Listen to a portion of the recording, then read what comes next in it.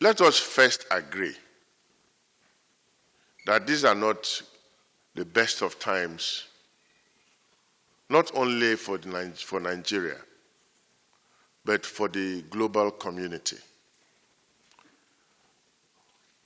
What we have said over and over again as a government is that government is no longer in the business of fixing pump price. That is the meaning of deregulation and stepping back from subsidy. Yes, we are very aware that this will result in some increase, but why do we have to do this? Because it is clearly impossible for government to continue to subsidize. The money is not there now. Just take the example of our production levels. Our crude oil production level was over 2 million barrels per day. Today, to comply with OPEC cuts and quota, we have reduced production to 1.4 million barrels. Having reduced production to 1.4 million barrels, crude oil is also not selling at an optimal rate. Where do you get the money to continue to subsidize? I was just discussing with someone today that we just have to make a choice. If government were to continue with subsidy, it means, for example, at some point that we may not even have money after subsidizing petrol to pay salaries. You have to choose. It is very clear that today things are not as they were before. The earnings of government have reduced by 60%. And what is happening in the oil sector reflects what is happening elsewhere. Our FIROS collections have also reduced because less oil is being produced. There is less activity in the oil industry, which is driving the economy. So you find out that it is a double whammy from all sides. I am telling you, if Mr. President could have continued with subsidy, he would have. But when you look at the facts before us, it is not possible. And of course, we are seeing some of the effects, but I believe that at this point, we are still trying to cross the first bump. We will get used to it as Nigerians. Look at it. I mean, a situation where diesel had been deregulated long ago, a situation where kerosene had been deregulated long ago, and these are the fuels that the poorest people in Nigeria interact with more. Why do I say that? If you want to transport food from the north to the south, it will be by trucks that are run by diesel, not with petrol. Those trucks that transport food from the north to the south are usually run by diesel. Kerosene is the preferred fuel at the lowest level of our society. These have been deregulated long ago. So what is the problem with deregulating petrol, which is mostly used by the elite? Let us be fair to this country. Let us be fair to the poor people in this country. If we had deregulated what they were using, then there is actually no reason why we should continue to subsidize petrol. I feel so.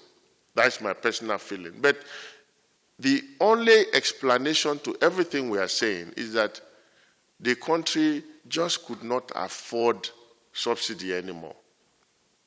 It's unfortunate that we are experiencing some of these things now, but we will get by. We will get by, and I'm sure that when things stabilize, when our earnings begin to improve, you will begin to see the benefits of what this government has done. My discussions with Mr. President are just routine briefings. As you are well aware, Mr. President is the Minister of Petroleum. I am Minister of State, so I have to continually brief him on what is happening as my minister. That's why I was here. But if you go back, going back to what you asked again about what was responsible, I thought we've explained this over and over again, and let us please listen to ourselves. Petrol is refined from crude oil. So, petrol price is directly related to the price of crude oil in the market. So if I buy crude oil at so-so and I refine this month,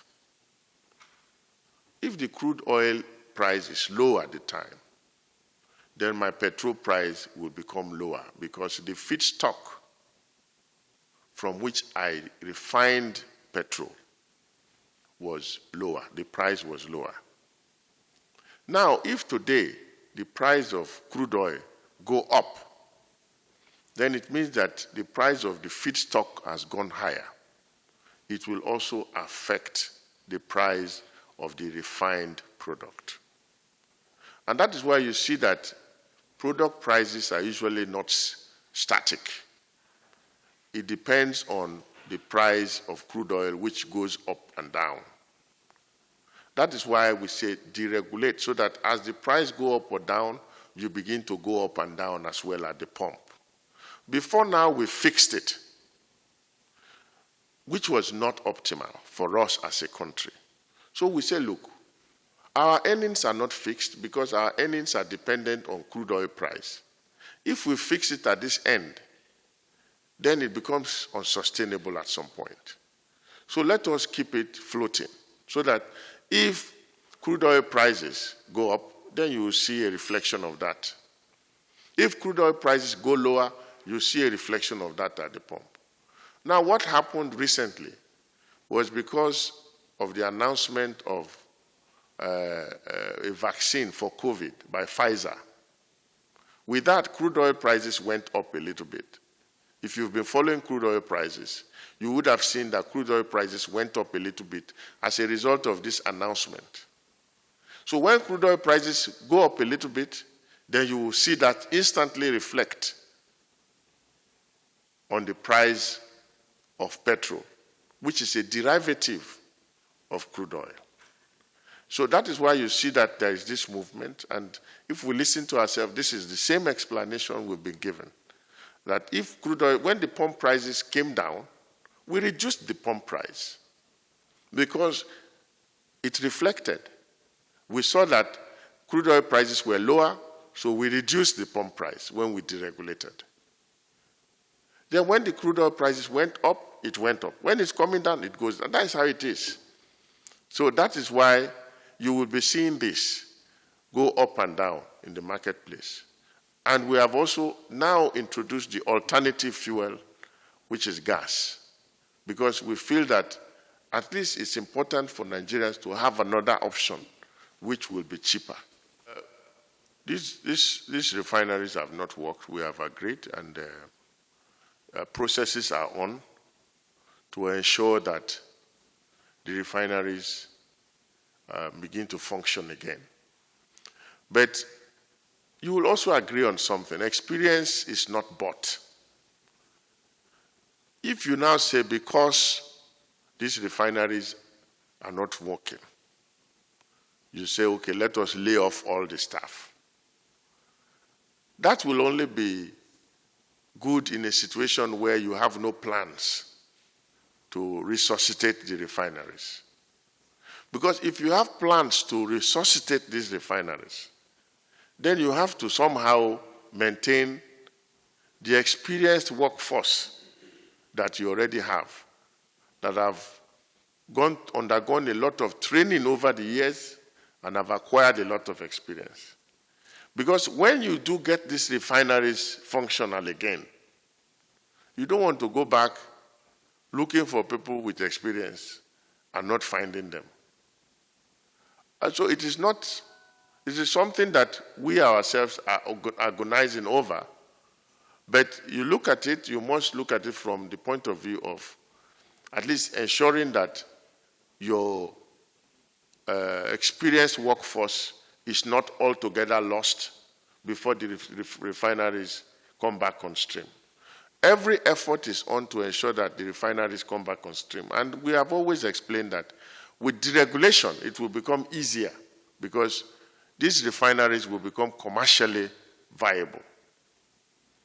So in December this year, we are hoping that the EPC for Port Harcourt Refinery will be ready for signature. And first quarter next year, the rehabilitation of Port Harcourt Refinery will begin.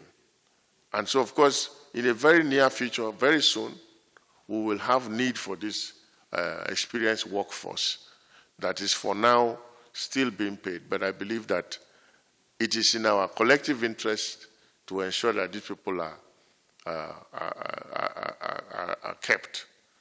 Because I don't think you journalists will suggest, and if you are suggesting that it will be good for me to discuss that with Labour, to suggest that we should fire all those guys since the refineries are not working.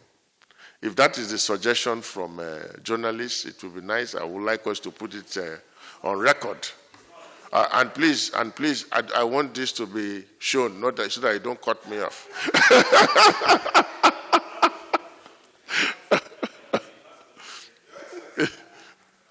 I'm a little bit, frankly, I objected to this interview earlier because it's amounting to opening discussions that I think are closed already.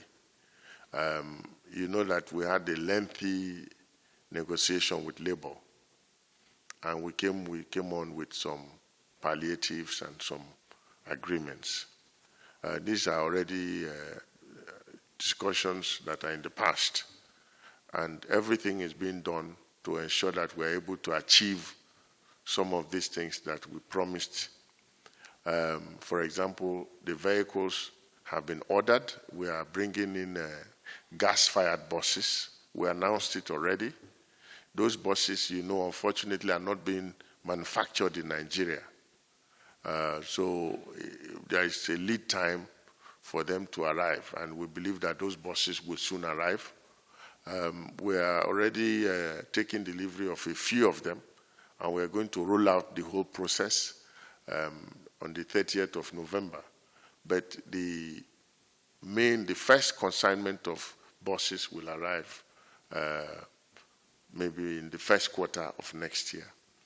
So a lot is being done. The government is quite mindful of the fact that this is going to impact a lot, and it was a robust discussion with Labour, spanning Labour, Ministry of Finance. There are all kinds of funding available and so on. I cannot sit here and give you all the agreed palliatives with Labour, but this has already been discussed, and we should not go back to opening these discussions again. Yeah, you talked about PPPROA. PPPROA, we've also discussed PPPROA. Yes, on the face value, PPPROA is not going to exist, but PPPROA is a regulator. And they are going back to their role as a regulator of the sector. You must agree that in every country in the world, in America, in the UK, the countries that we consider to be developed, there is what we call a recommended retail price for any product, fixed from the factory.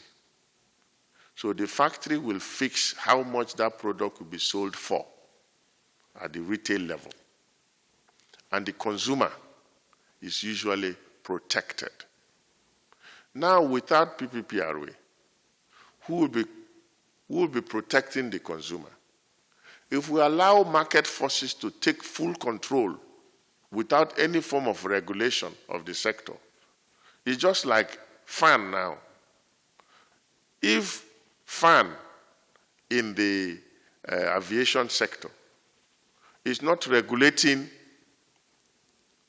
the operators in that industry, and you go today, they say the flight ticket is now 200,000. The next day you go 300,000 because nobody is regulating them. That is not, it's not desirable in any country. It is the same thing with central bank. Central bank regulates the interest rates so that banks do not unnecessarily charge interest rates except approved by the central bank. So PPPRA is still playing that role, at least of moderating and ensuring that the consumer is not exploited. But with the PIB passed, PPPRA will no longer exist as PPPRA. But that role, I believe, is still necessary. Even if PPPRA was not in existence, we should try and invent another PPPRA somehow, in some way, to be able to at least ensure that consumers are not exploited. That is actually the interest of government now, to ensure that consumers, Nigerians, are not exploited, because we say we have deregulated, then people will just decide to charge any price and then exploit our consumers. That is really now the role government is playing, to ensure that Nigerians are protected from being exploited. Okay.